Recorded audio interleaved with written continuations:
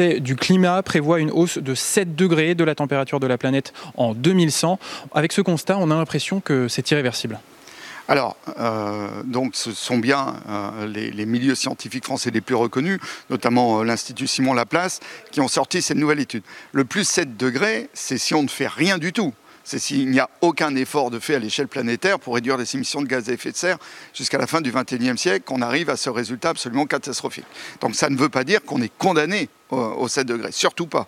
Ça dit au contraire l'urgence d'agir, puisque aucune société ne va s'adapter à plus 7 degrés. Plus 7 degrés, c'est le double de différence de température entre l'âge glaciaire et aujourd'hui. Autant dire que c'est même inimaginable à concevoir. Donc, ce que nous disent aujourd'hui cette communauté scientifique reconnue, ce n'est pas quelques scientifiques un peu en marge, c'est vraiment les grands organismes scientifiques de l'État français, c'est qu'il y a urgence à agir, donc que plus que jamais, il faut que la France tienne ses propres objectifs de réduction d'émissions de gaz à effet de serre, parce que c'est ça qui crédibilise l'accord de Paris et permet aux autres États aussi de se sentir en obligation de tenir leurs propres engagements. Ça, c'est un point.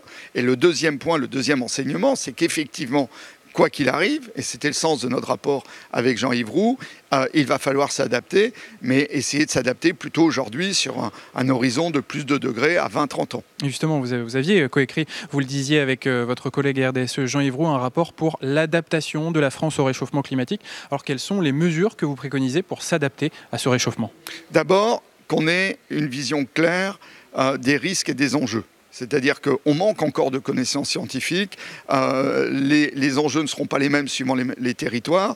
C'est pas pareil si on est sur une sécheresse très forte, comme ça va être le cas sur le bassin Adour-Garonne dans le sud-ouest, ou si on est d'abord sur des enjeux de montée des eaux, comme dans le nord de la France. Donc il nous faut des réponses territorialisées. Et nous, on insiste beaucoup dans ce rapport sur le fait que chaque territoire doit avoir accès à toutes les données, à toutes les connaissances, que Météo France, dont on vient ici d'élire la nouvelle présidente, doit se mobiliser sur ces enjeux aujourd'hui, et qu'après, à chaque territoire, une stratégie spécifique. Et d'ailleurs, en tant que président du comité d'orientation du programme national d'adaptation au changement climatique, on a mis ce volet adaptation des plans climat au cœur de la stratégie.